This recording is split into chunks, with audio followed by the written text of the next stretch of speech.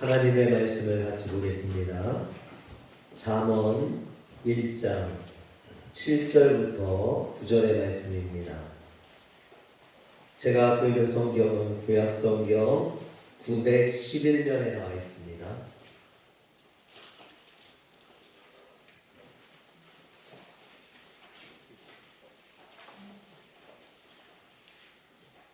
잠언 1장 7절부터 9절의 말씀을 같이 교독합니다. 여호와를 경외하는 것이 지식의 근본이거늘 미련한 자는 지혜와 훈계를 멸시하느니라.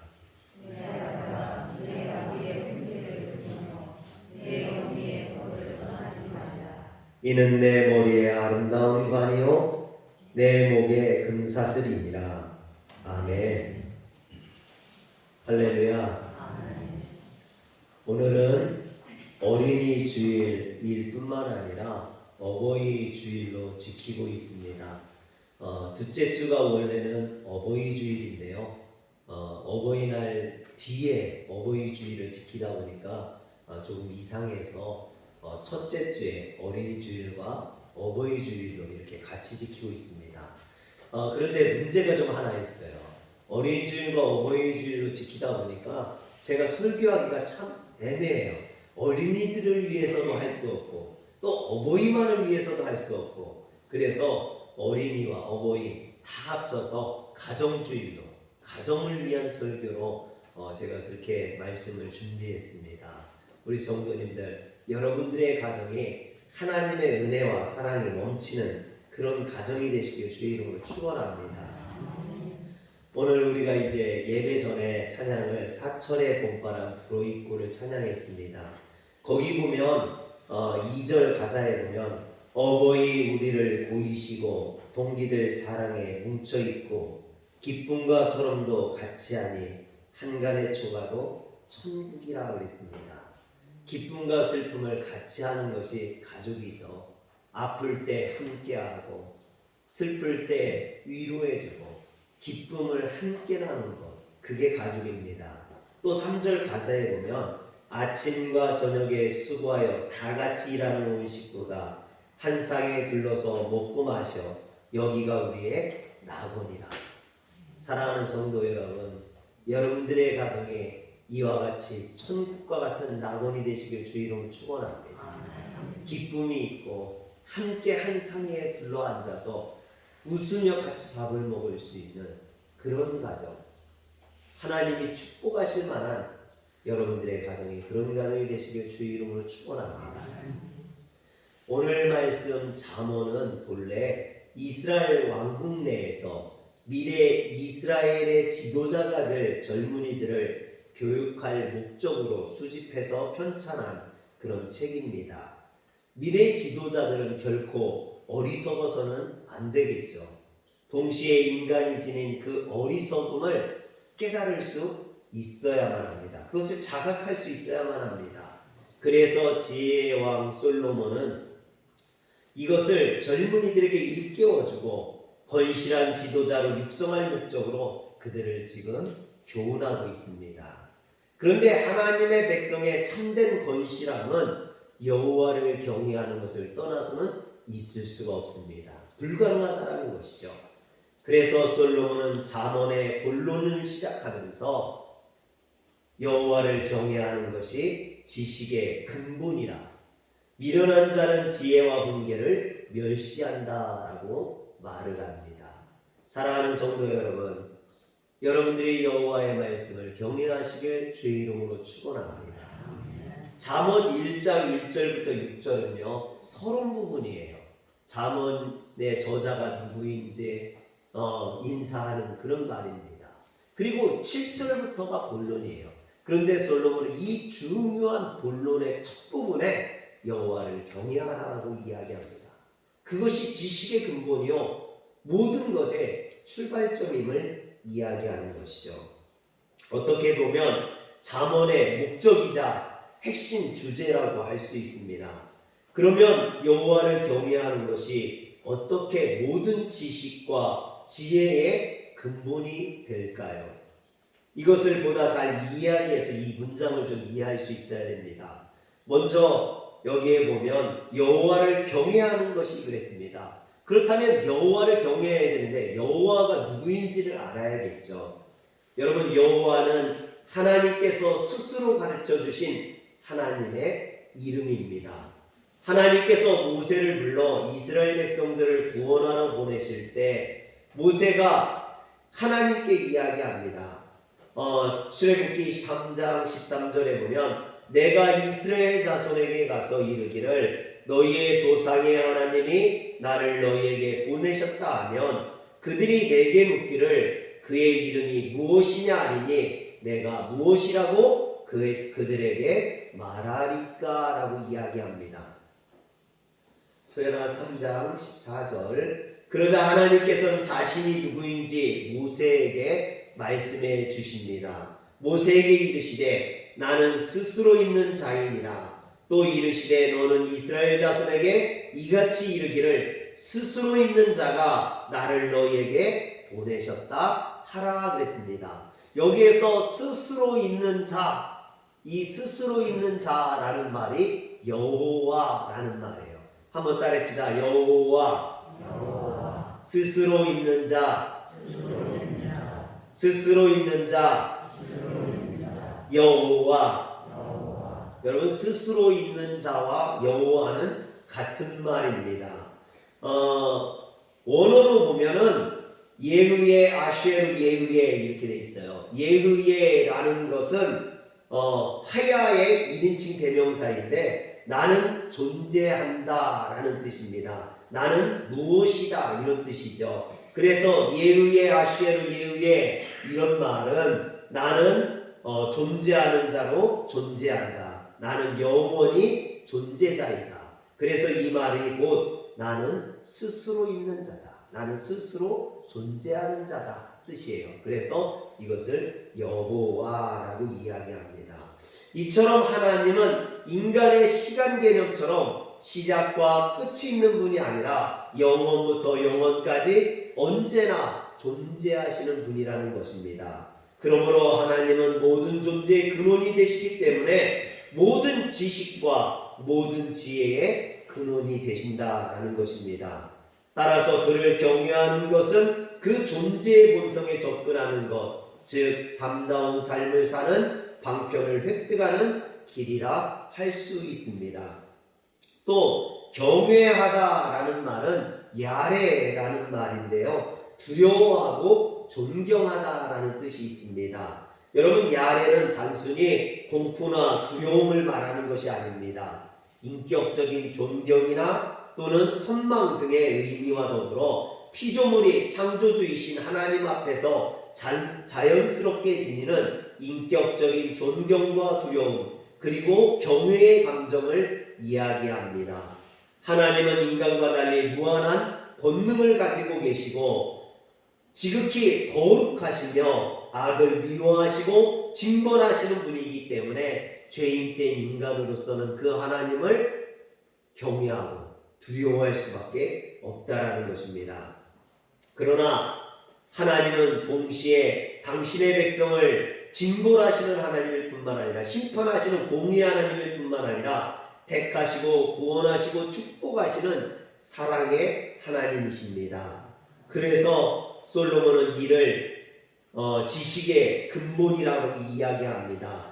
하나님을 경외하는 것은 우리 인간이 마땅히 해야 할 일이기 때문이라는 것입니다.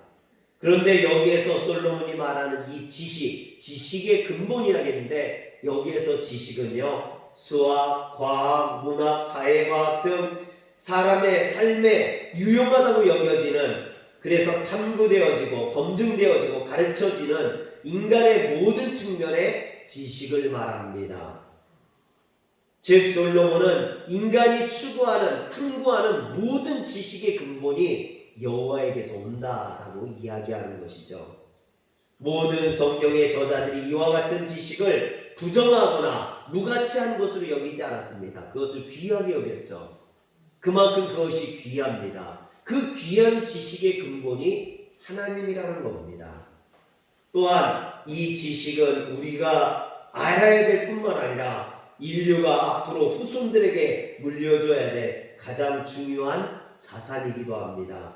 그러므로 이것을 부정하거나 그 가치를 낮게 평가해서는 안 되겠죠. 그것을 무시하는 자는 우매한 자가 될 수밖에, 미련한 자가 될 수밖에 없다라는 것입니다. 그래서 솔로몬은 잠언 1장 8절에 내 아들아 내 아비의 훈계를 들으며 내 어머니의 법을 떠나지 말라라고 당부합니다. 여기서 보면 아버지와 어머니의 역할은 온전한 가르침을 통해서 악한 자의 꾀에 직면한 아들을 강하게 경계하고 의로운 삶을 살도록 붙들어주는 역할을 합니다. 즉 이 땅은요 유혹이 많다라는 거예요. 죄악이 많다라는 겁니다. 그 유혹과 죄악으로부터 자녀를 지키는 것, 자녀를 온전한 길로 인도하는 것, 이것이 부모의 역할이라는 거죠. 이처럼 하나님께서는 부모에게 자녀를 가르칠 수 있는 신적인 권위를 부여하셨다라는 것입니다. 제가 전에 한번 이야기를 한 적 있죠. 부모에게 주신 하나님의 권한이 있는데 그것이 자녀를 축복하는 권한이다. 여러분, 목회자도 다 같은 목회자가 아니에요. 전도사는 안수할 수 없어요. 다른 교단은 모르겠습니다. 감리교에서는 전도사가 안수할 수 없습니다. 절대 안수하지 못해요. 목사 안수를 받은 사람에게만 그 신적인 권위를 허용합니다. 그런데 여러분 일반 성도들이 그럼 안수할 수 있냐? 없어요. 절대로 안수할 수 없습니다. 그런데 단 한 가지 예외 조항이 있는데 부모는 자녀에게 안수할 수 있어요. 그것은 하나님이 부모에게 주신 권한이에요. 부모는 자녀를 안수할 수 있습니다. 자기 손자, 손녀를 안수할 수 있어요. 여러분 명절 때 손자, 손녀들이 오면 용돈 주려고 하지 마시고 그 자녀들을 오락해서 손자, 손녀들을 오락해서 머리에 손을 얹고 기도해 주시길 바랍니다. 그게 하나님이 부모에게 허락해 주신 권한이라는 거예요. 능력이라는 겁니다. 신적인 권한을 부모에게 주신 거예요. 여러분 그것을 사용하는 부모들 되시길 주의 이름으로 축원합니다. 그런데 이런 신적인 권한을 또 하나 주셨는데 그게 뭐냐면 부모가 자녀를 가르칠 수 있는 권한을 주셨다는 거예요. 여러분 부모는 자녀를 가르쳐야만 합니다. 무엇을 가르쳐야 되느냐? 하나님의 말씀으로 가르쳐야 된다는 거죠. 옳은 길로 인도해야 된다는 겁니다. 그러므로 부모는 하나님의 말씀을 자녀에게 가르쳐야 하고 자녀는 그 부모의 가르침에 순종해야 됩니다. 이것이 오늘 솔로몬이 이야기하고자 하는 그런 말씀의 핵심이라고 볼 수 있죠. 이것은 하나님께서 부모에게 주신 하나의 권능일 뿐만 아니라 이것은 사명입니다. 반드시 해야 되는 거예요. 반드시 부모는 자녀를 가르쳐야만 한다는 것입니다. 또 자녀는 이렇게 믿음으로 살고 믿음으로 행하는 부모의 말씀을 가볍게 여겨서는 안 됩니다. 부모의 말씀을 마치 하나님의 말씀처럼 여길 수 있어야 합니다. 그래서 사도 바울은 에베소서 6장 1절에서 3절에 이렇게 이야기합니다. 자녀들아 주 안에서 너희 부모에게 순종하라. 이것이 옳으니라. 내 아버지와 어머니를 공경하라. 이것은 약속 있는 첫 계명이니 이로써 네가 잘되고 땅에서 장수하리라. 할렐루야. 여러분 우리는 모두 다 자녀입니다. 물론 여기에는 부모가 된 분들이 더 많죠. 자녀이면서도 부모이죠. 저도 마찬가지입니다. 한편으로는 자녀이고 한편으로는 부모입니다. 여러분 우리가 명심해야 될 것은 자녀는 그 부모의 말에 순종해야 한다라는 것입니다. 할렐루야. 또 골로새서 3장 20절에 보면 자녀들이 부모에게 순종하는 것이 주님을 기쁘게 하는 것이다라고 이야기합니다. 여러분 순종, 부모의 말씀에 순종하는 것, 그게 곧 하나님의 기쁨이 됨을 잊지 마시길 바랍니다. 그러므로 여러분 부모의 말씀을 잔소리로 올리지 마시고 부모의 말씀을 귀담아 들으시기 바랍니다. 그러면 여러분들이 잘되고 그것이 하나님의 축복받는 길임을 잊지 마시길 바랍니다. 이처럼 부모는 자녀를 신앙으로 길러야 되고 자녀를 훈계해서 바른 길로 인도할 수 있어야 되고, 그 자녀는 부모의 가르침에 순복할 수 있어야만 합니다. 이것이 행복한 가정이 되는 길이라는 거죠. 그런데 이것이 되어지지 아니할 때 그 가정은 어떻게 될까요? 여러분, 아마 많은 혼란을 겪고 어려움을 당하게 될 겁니다. 성경에도 이런 가정들이 나와요. 여러분, 성경에 나온 여러 가정의 모습을 통해서 오늘 하나님의 말씀을 가르치고 그 말씀을 순종하는 것이 얼마나 중요한 것인지를 깨닫는 시간 되길 주의 이름으로 축원합니다. 먼저 성경에 나오는 최초의 가정은 어떤 가정일까요? 이 최초의 가정은 하나님께서 만들어주신 가정입니다. 하나님께서는 창세기 2장 18절에 아담이 혼자 사는 것이 좋지 아니하니 했습니다. 천지를 창조하신 하나님께서 천지를 창조하실 때 보면 하나님께서 보시기에 좋았더라 그랬어요. 해와 달을 만드시고 바다와 궁창을 만드시고 이런 자연 만물을 만드시고 사람을 만드시고 하나님이 보시기에 힘 좋았더라 그랬어요. 그런데 아담이 혼자 사는 것은 하나님이 보시기에 좋지 아니했다라는 것입니다. 그 상태가 선하거나 복되지 아니했다라는 거죠. 이에 하나님께서는 아담을 위해 그를 돕는 배필을 만들어 주시기로 마음먹으셨습니다. 그래서 아담이 잠들었을 때 그의 갈비뼈를 취해서 하와를 만드시고 아담에게 주셨습니다. 하와를 본 아담은요, 내 뼈 중에 뼈요 내 살 중에 살이라. 여러분, 아담이 하와를 얼마나 좋아했는지 이처럼 내 뼈 중에 뼈라고 내 살 중에 살이라고 좋아했습니다. 그런데 이렇게 인류의 최초의 가정은요, 기쁨과 만족과 행복 가운데 시작됐어요. 여러분, 아마 모든 가정들이 그러겠죠. 모든 가정의 출발을 보면 서로 사랑해서 결혼을 하니까 기쁨 가운데, 행복 가운데 어떤 행복을 꿈꾸면서 시작하죠. 그러나 어떻게 됩니까? 가정들이 좀 지나다 보면, 살다 보면 그렇지 못한 가정들이 나오게 됩니다. 원수와 같은 불행한 가정들이 나오게 되죠. 이 아담과 하와의 가정도 그랬습니다. 하와가 뱀의 유혹을 받아 선악과를 따먹고 그것을 그의 남편 아담에게 주어 먹게 함으로 그 가정에 죄가 들어왔습니다. 가정의 기쁨과 행복이 깨어지기 시작한 겁니다. 아담을 찾으시려고 하나님께서 부르셨을 때 그는 선악과를 따먹고 숨어 있었습니다. 그 선악과를 따먹은 것을 책망하시면서 하나님께서 아담에게 하나님이 주셔서 이 아담이 하나님께 뭐라고 합니까? 하나님이 주셔서 나와 함께 있게 하신 여자 그가 그 나무 열매를 내게 주므로 내가 먹었나이다라고 원망하고 하소연합니다. 여러분, 이것은 아담이 여자에게 그 책임을 돌리는 비겁한 모습이죠. 또 그 여자를 주신 하나님을 원망하는 모습을 보입니다. 사랑하는 성도 여러분, 여기에서 가정이 깨지는 거예요. 여러분, 가정의 문제의 대부분은요, 서로에 대한 원망에서 시작됩니다. 내가 그때 이 남자만 안 만났으면, 내가 그때 나 좋다가는 그 김서방을 만났으면 내 인생이 달라졌을 텐데. 여러분, 그런 분들이 있어요. 여러분, 원망하지 마세요. 그 선택은 내가 한 거잖아요. 여러분, 그런데 자꾸만 원망을 하다면 너 때문에 그래, 너 때문에 그래, 남편 때문에, 아내 때문에. 여러분, 서로를 원망하다면 그 가정이 지옥이 되고 그 가정이 깨어지게 되는 것입니다. 오늘 아담의 가정의 문제가 여기에서 시작되는 거예요. 원망에서부터, 책임회피에서부터 시작되는 거죠. 이런 아담의 지극히 옹졸하고 이기적인 행동이 가정을 불행하게 만듭니다. 그리고 그 불행한 가정의 모습이 창세기 4장에 드러나게 돼요. 아담과 하와가 동침하여 자녀를 낳았습니다. 첫째가 가인이고 둘째가 아벨이에요. 가인은 농사 짓는 자였고 아벨은 양을 치는 자였습니다. 그런데 창세기 4장 3절에서 4절에 보니까 문제의 장면이 등장합니다.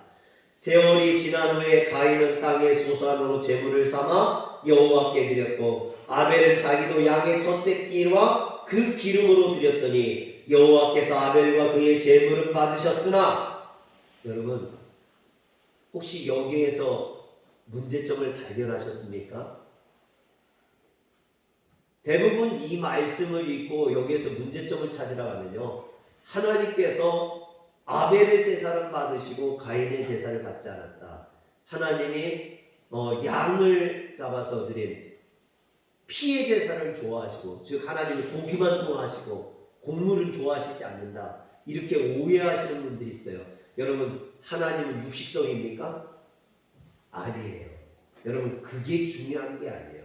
하나님이 왜 아벨의 제사를 받으시고 가인의 제사를 받으시지 않느냐, 그것이 중요한 것이죠. 3절에 보면 세월이 지난 후에라는 말이 나옵니다. 이것은 무엇의 끝에부터 라는 뜻을 가지고 있는 원어에서 시작됩니다. 성경에서는 주로 심판을 다룰 때 나오는 말이에요. 즉 이 말은 단순히 세월이 지난 어느 시점을 말하는 것이 아니라 하나님께서 아담의 가정에서 그의 아들인 가인과 아벨을 평가하고 심판할 때가 되었다라는 것입니다. 즉 그들의 수고에 따라 얻은 것들을 통해서 그들의 신앙을 검증받아야 될 시간이 되었다라는 것이죠. 그런데 이때 가인은 자신이 농사지은 곡물을 내놓는 것이고 아벨은 자신이 기른 양을 내놓는 것입니다. 그리고 하나님께서 가인의 제물을 연락하지 아니하시고 아벨의 제물은 연락하셨던 것이죠. 여기에서 우리는 중요한 것을 깨달아야 됩니다. 우리도 가인과 아벨처럼 언젠가는 하나님 앞에 우리 인생에 대해서, 우리의 삶에 대해서 검증받는 시간이 반드시 온다라는 거예요. 할렐루야. 여러분, 우리의 삶에 그 검증의 시간이 반드시 온다라는 거죠. 하나님 앞에 서는 시간이 있다라는 거예요. 그런데 그 설 때에 가인처럼 그 인생이 연락되지 않는 사람들이 있고 아벨처럼 하나님 앞에 그 삶이 연락되는 사람들이 있다라는 겁니다.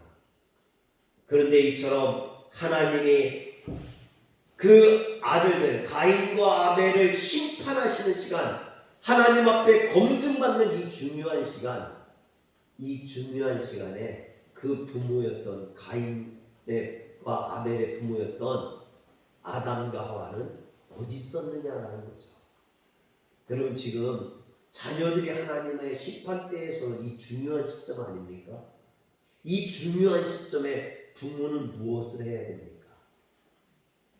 자녀가 여러분 대학교 시험 볼 때 여러분들 부모는 뭐를 해야 됩니까? 우리 성도님들, 자녀가 중요한 인생의 기로에 놓여 있을 때 여러분들은 뭘 할 겁니까? 그냥 구경만 하실 거예요? 기도해야죠. 저희 소연이가 시험 볼 때 저한테 그러더라고요. 아빠, 나 시험 잘 볼 수 있도록 나를 위해서 지금부터 기도해줘. 할렐루야.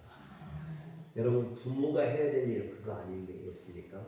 자녀를 위해 기도하는 거, 자녀를 위해 간구하는 거, 자녀를 위해 하나님 앞에 바라야죠. 소원해야죠. 기도해야죠. 오늘 가인과 아벨이 하나님 앞에 서는 이 중요한 시간에 그 자리에 아담과 하와가 없다라는 게 문제예요. 여러분, 이것보다 더 큰 문제가 없다라는 거죠.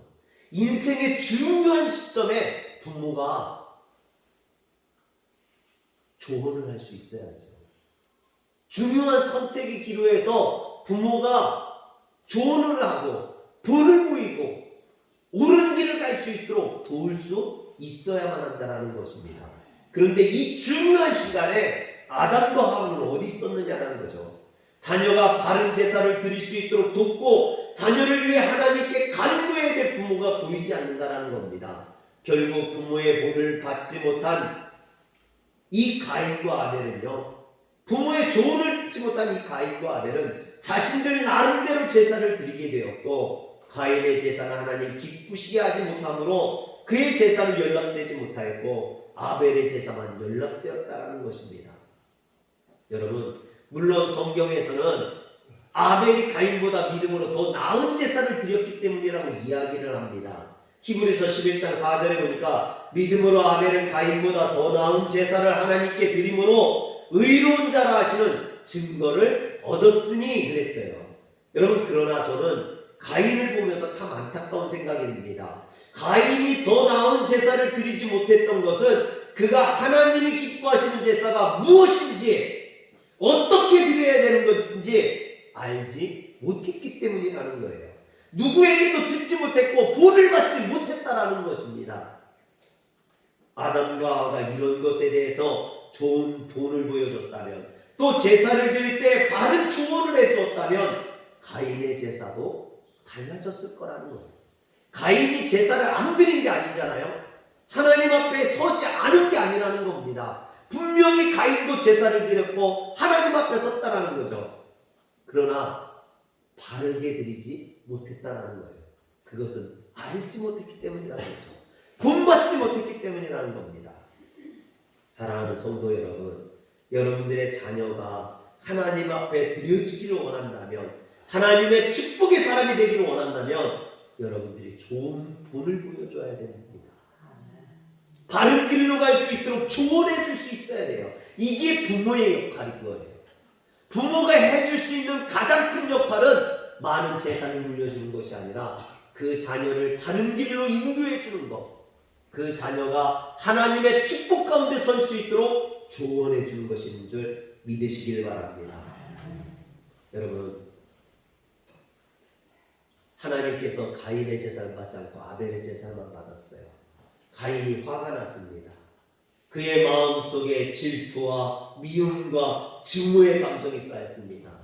그래서 형인 가인이 동생인 아벨을 쳐 죽이는 일이 벌어지게 됩니다. 잘못된 가정, 부모가 바로 서 있지 않은 가정은요, 형제의 우애가 깨집니다. 가정이 깨지는 거죠. 형제 간에 미워하고 증오하고 다투는 일이 벌어집니다. 이처럼 부모의 가르침은 매우 중요합니다. 그러므로 부모는 자녀를 가르치기 전에 먼저 선한 본을 보일 수 있어야만 하고, 자녀를 바른 길로 선한 길로 인도하기 위해 하나님의 말씀을 가르칠 수 있어야 됩니다. 아담과 하와의 가정의 불행, 가인과 아벨의 불행은 바로 부모가 부모로서의 역할을 하지 못한 데서 비롯된 것입니다. 부모가 자녀에게 선을 보이지 못했었고 본을 보이지 못했었고 그 자녀를 신앙 가운데 가르치지 못했을 때 이와 같은 문제가 벌어지는 거죠. 여러분, 그런가 하면 창세기 27장에 보면 이삭의 가정에도 불행이 찾아옵니다. 이삭에게는 쌍둥이 아들이 있었죠. 에서와 야곱이라는 쌍둥이 아들이 있었습니다. 그러나 사실 이 이삭의 부인 리브가는요, 아이를 낳지 못하는 여인이었어요. 아이를 낳지 못하자 이삭이 이 아내를 위해서 하나님 앞에 간구합니다. 기도해요. 에서와 야곱은 이삭이 기도해서 얻은 아들이라는 거예요. 기도해서 낳은 아들이라는 겁니다. 믿음으로, 신앙으로 낳은 아들이라는 거예요. 그런데 어떤 일이 벌어집니까? 형제가 서로 미워하는, 싸우는 일이 벌어져요. 큰 아들인 에서가 작은 아들인 야곱을 죽이려 하므로 어머니인 리브가가 야곱을 급하게 그의 오라비 라반의 집으로 피신하게 합니다. 창세기 27장 43절에서 44절, 소연아 창세기. 내 아들아, 내 말을 따라 일어나 하란으로 가서 내 오라버니 라반에게로 피신하여 내 형의 노가 풀리기까지 몇 달 동안 그와 함께 거주하라 라고 이야기합니다. 여러분, 물론 에서가 야곱을 미워하고 죽이려고 했던 이유는 뭡니까?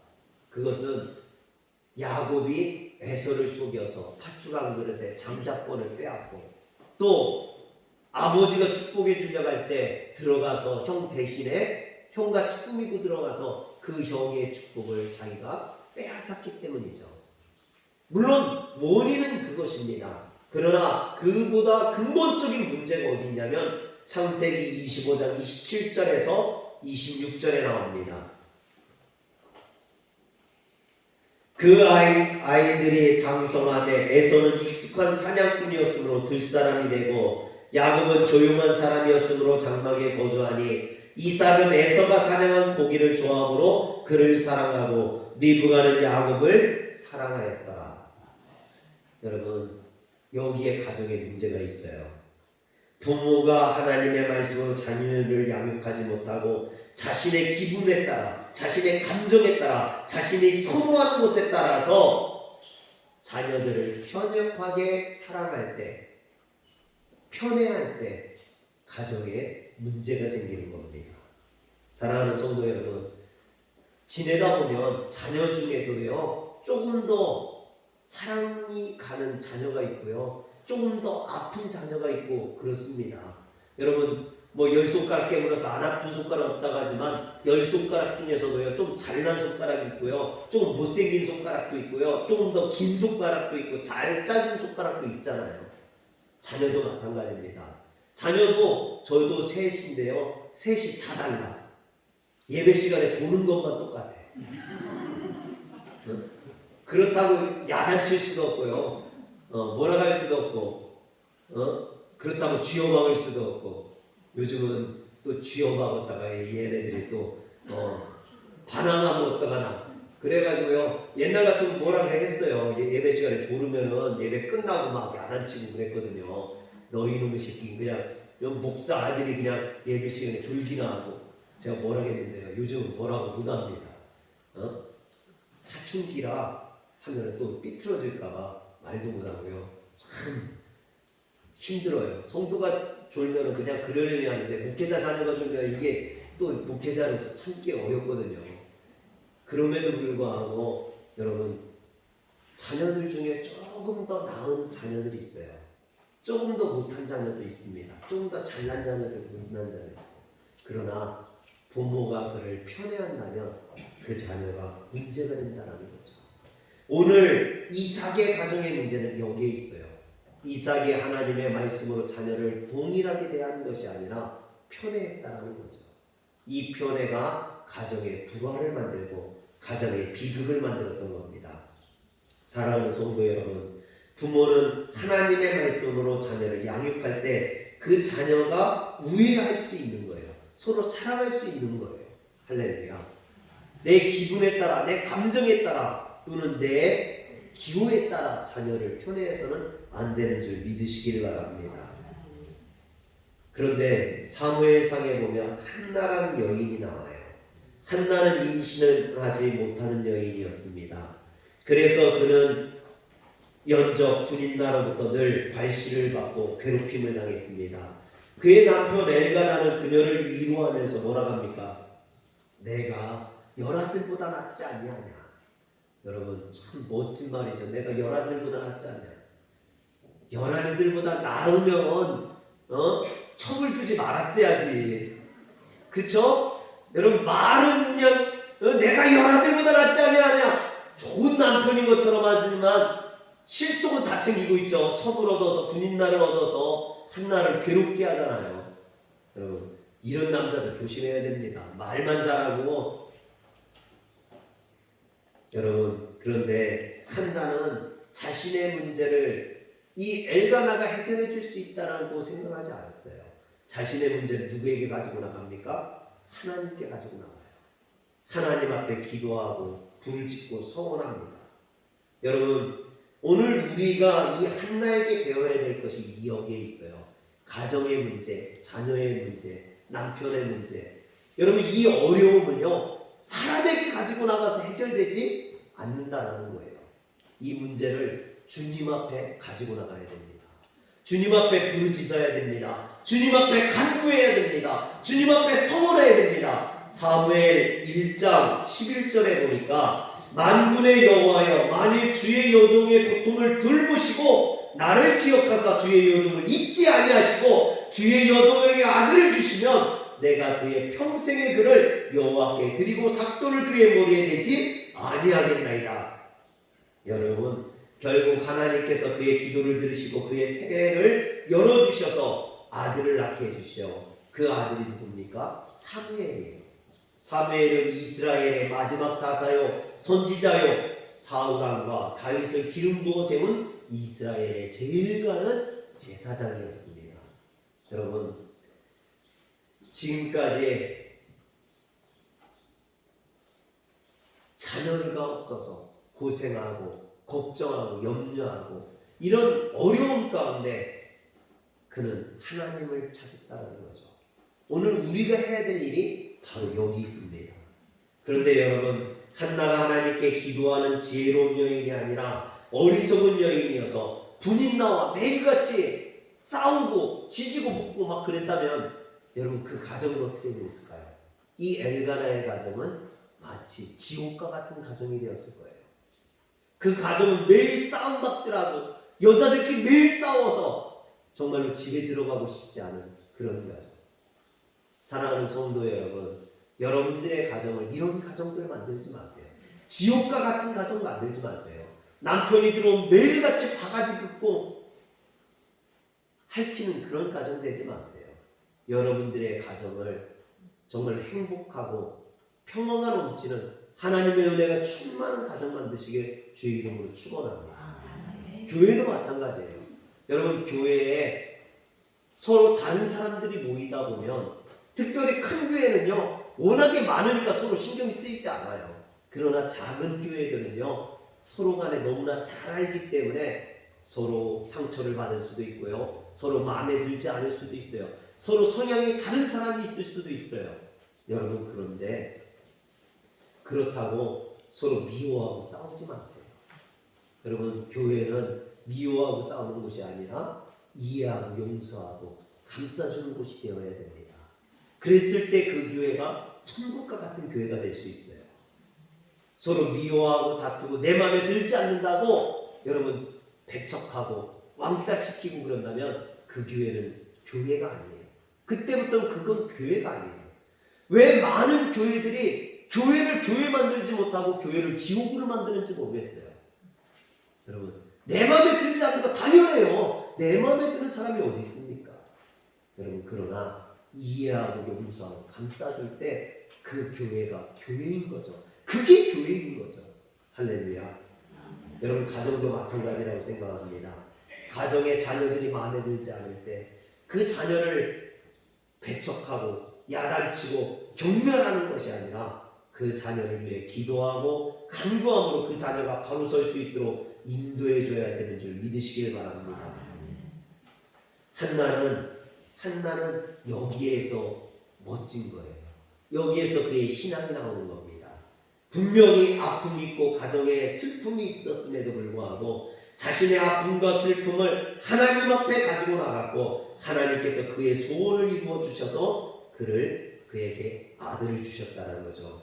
뿐만 아니라 한나는 사무엘을 낳고 그를 엘리에게로 데려가 하나님 앞에 드림으로 그가 여호와 앞에서 자라게 했습니다. 사무엘상 1장 27절과 28절에 보니까 아이를 위하여 내가 기도하였더니 내가 구하여 기도한 바를 여호와께서 내게 허락하신지라. 그러므로 나도 그를 여호와께 드리되 그의 평생을 여호와께 드리나이다 하고 그가 거기서 여호와께 경배하니라. 이처럼 한나는 그 귀한 아들을, 여러분 자녀가 없다가 낳은 그 귀한 아들을 하나님 앞에 드렸다라는 거예요. 하나님 앞에 맡겼다라는 거죠. 하나님의 말씀으로 교육했다라는 것입니다. 이럴 때 그 자녀가 훌륭한 자녀로, 반듯한 자녀로 자라날 수 있었던 것이죠. 여러분, 그런데 그때 제사장이 엘리였습니다. 이 엘리 제사장에게도 두 아들이 있었는데 홈니와 비느하스라는 아들들이 있었어요. 그런데 이 두 아들은요 행실이 나쁘고 여호와를 알지 못했습니다. 뿐만 아니라 그들은 여호와의 제사를 멸시하여 여호와 하나님께 드려진 고기를 도둑질하고 또 성전에서 수종드는 여인들과 동침함으로 음란의 죄를 범했습니다.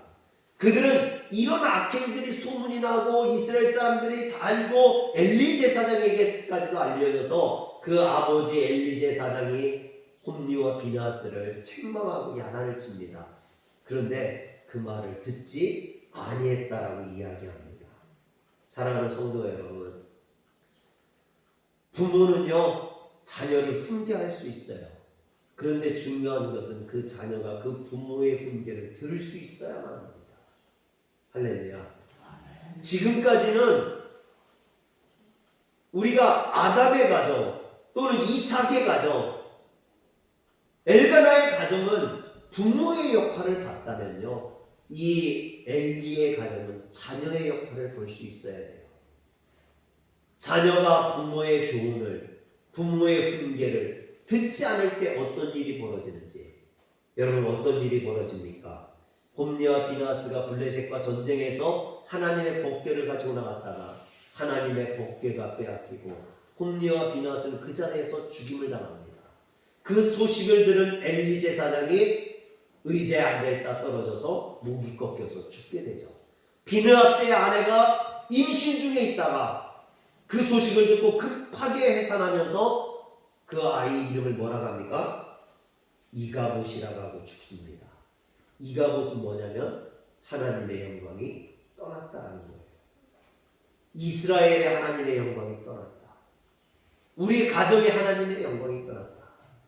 여러분, 여러분들의 가정에 하나님의 영광이 떠나면 어떻게 됩니까? 죽음과 슬픔만이 가득한 가정이 된다는 거예요. 이 교회에 하나님의 영광이 떠나면 이 교회에 죽음과 슬픔만이 가득하게 됩니다. 여러분, 여러분들의 가정을 이가봇의 가정을 만들지 마세요. 여러분들의 가정이 이가봇의 가정이 되면 안 됩니다. 오늘 우리의 가정은 하나님의 영광이 있는 가정, 하나님의 말씀이 살아있는 가정이 되어야 될 줄 믿으시길 바랍니다. 부모는 자녀를 하나님의 말씀으로 훈계할 수 있어야 되고 바른 길로 인도할 수 있어야 되고 자녀는 그 말씀에 순종할 수 있어야 된다는 거죠. 부모가 바른 길을 가지지 않거나 자녀가 그 말에 순종하지 않는다면 그 가정은 이가봇의 가정이 되고 간다는 겁니다. 오늘 엘리의 가정은 그것을 보여줘요. 자녀가 부모의 훈계를 듣지 아니했을 때, 하나님의 말씀을 따르지 아니했을 때 그 가정이 어떻게 변해가는지, 어떻게 하나님의 심판이 임하게 되는지를 우리에게 생생하게 보여줍니다. 사랑하는 성도 여러분, 저는 이 가정주일에 우리 성도들의 가정이 하나님의 영광이 가득한 가정이 되기를 원합니다. 여러분들의 삶에 하나님의 은혜와 축복이 가득하기를 원합니다. 절대 여러분들의 가정이 이가봇의 가정이 되지 마세요. 하나님의 영광이 떠나가버리고 하나님의 심판만 임하는 그런 가정, 형제들 간에 서로 미워하고 죽이고 싸우는 그런 가정, 재산 때문에 서로 아웅다웅거리는 그런 가정 되지 마시고 서로 협력하고 위로하고 힘이 되어줄 수 있는 서로 사랑하는 가정, 하나님의 은혜와 충만한 가정 되시길 주의 이름으로 축원합니다. 기도하겠습니다.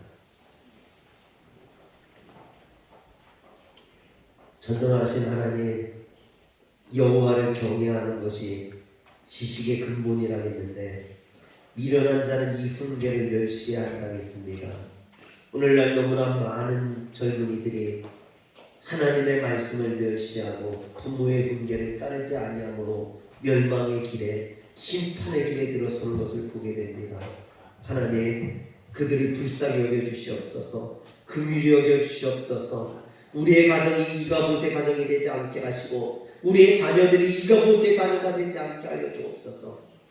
우리의 가정에 하나님의 영광이 가득하게 하시고 하나님의 말씀이 방송을 인해서 하나님의 축복과 은혜가 가득하게 하여 주시옵소서.